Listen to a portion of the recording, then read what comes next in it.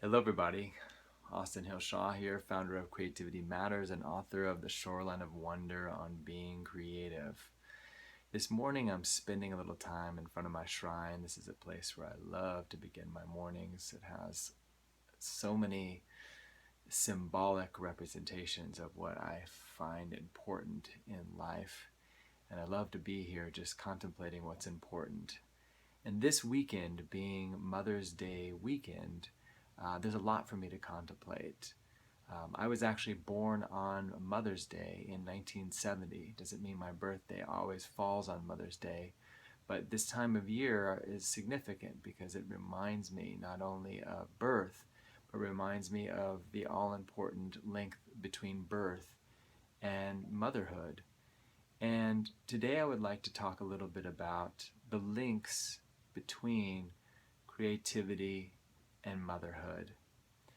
Not long ago, I was sitting with my older daughter, Sierra Lucia, watching YouTube videos on other mammals being born.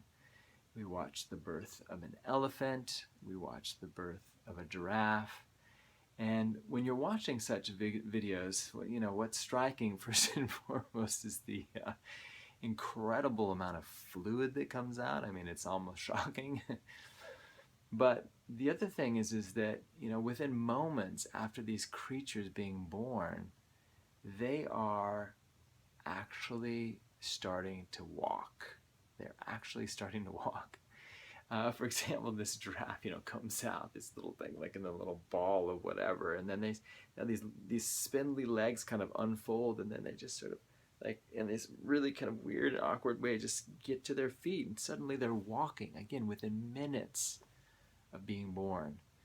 And that's not the way it is with human beings. That's not the way it is with us at all. We are the most helpless of creatures when we're born. We're the most helpless of creatures. And there's a reason for that. The reason that we're the most helpless of creatures when we're born is because there's a sweet spot between the size of our head and the amount that our brain could develop inside the womb and still get out of the birth canal, and then what needs to happen on the outside. And that's really the power of being a human being, is our ability to create, our ability to connect with the world and affect it in a meaningful way. And not only that, to evolve over time, to learn and to try new things out and to explore and to shapeshift and to change and to remember ourselves in the past and envision ourselves in the future. And all that is made available, again, by this brain that when we come out into the world is not even fully formed. So with that in mind, with having, again, just being these helpless creatures, what it presupposes is that there is somebody there to care for us, somebody there to care for us. And that individual, principally for most of us, was our mother, was our mother. Our mother is the individual who brings this child into the world and then is there to care for them, to feed them, to love them, to soothe them, to bathe them and clean them, to change their diapers. I mean, all these things, we're adult, most of you who are watching these, you're adult now, right?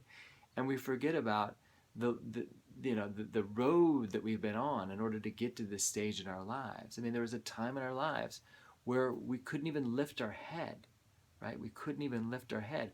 We were unable to even move a blanket off of us. We were completely, totally, and utterly helpless. And I think that's one of the most amazing things to contemplate about being a human. Again, I believe that we are the most powerful creatures because we have this ability to create.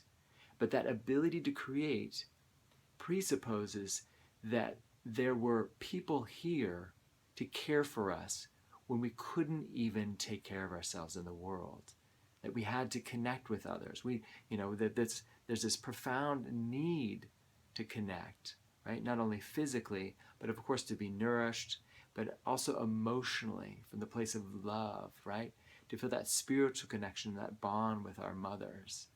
And to me, that's the significance of between birth and motherhood, right? Motherhood is what allowed all of us to get where we are today, right? It doesn't mean that your relationship with your mother has evolved perhaps the way you've wanted through over time, but get over it, right?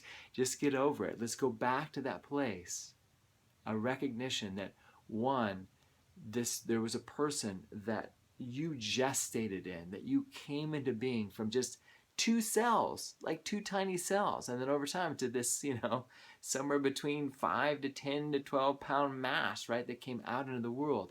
And even when you came out of the world, you were not able to do anything, nothing, right? And so there was this individual, there was also there to care for you, to care for you. Mothers bear the brunt of caring for the offspring when they come into the world, right? They stay up with it at night when they're crying, get up several times to change them, to feed them. I mean, we as little beings were not easy. We were not easy. We're amazing, but we weren't easy. And there was somebody there to care for us, and that was our mothers. So this being Mother's Day weekend, I encourage you to do whatever you need to do to send love and gratitude to that individual in your life that helped you initially when you came into the world, so that you now at this stage in your life, as a so-called autonomous being, are able to move forth in the world. And for me, I'd love to spend special thanks out to my mother, Mary Martha Feld, who is just an amazing, amazing woman. Just has a great sense of humor, and we're really cut from the same cloth. I'm actually look a lot like my mother. I have the same physical build as my mother, and she's just been incredible. And just she's a teacher. She's now retired. She's an incredible athlete, and just love her so much, and I'm so grateful to her. And I also want to say thank you so much to my stepmother, Jeanette Hagelin Shaw, who came into my life when I was around somewhere 5, 6, 7 years old. So I've known her for a really, really long time, and she's been really wonderful, incredibly compassionate and caring, and willing to listen to what I talk about. Everything I could just always call her and just know that she's willing to listen to anything that I have to say. And there's also the latest edition of mothers in my life. There's what I call my evil stepmother, Epiphany Long, who is my mother-in-law. And she is I call her that because she's just so incredibly awesome. She's an amazing artist. She loves crafts, and she just always has a bright smile on her face. And she is so loving towards our daughters, Sierra and Lorenza.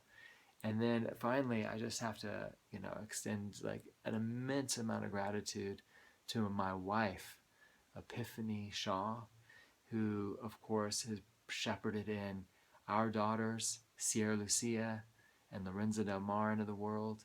And they are just such gifts. And I've watched her, take years of her life in order to be the primary caregiver. She's still the primary caregiver for our children.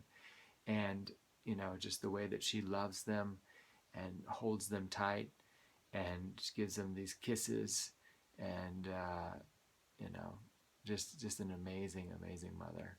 So I feel blessed to have not only been brought into the world and cared for by amazing mothers, but also to be surrounded by them to this day, and to have the opportunity, of course, without being their mother, there would be no father. And they've given me the gift of fatherhood as well, which has been immensely, immensely amazing in my life. So thank you all to all the mothers out there that allow us to bring forth our gifts into the world, that have been there since day one and even before day one, as we came and gestated and, how should we say, divided ourselves and grew at a rapidly alarming rate into these little creatures that first saw the light of day at some point in our lives. Anyways, so this is Austin Hill Shaw reminding you, first and foremost, to send some love out to your mother, right? Whether they're still around, whether they're alive, whether they're dead, please just take a moment to just express your gratitude in some way to your mother. And also to remind you, as always, to connect deeply, to make a difference, and to inspire creativity in others. Thank you so much for joining me. And happy Mother's Day to all the mothers out there. Much love to you all. Thank you so much for everything you do.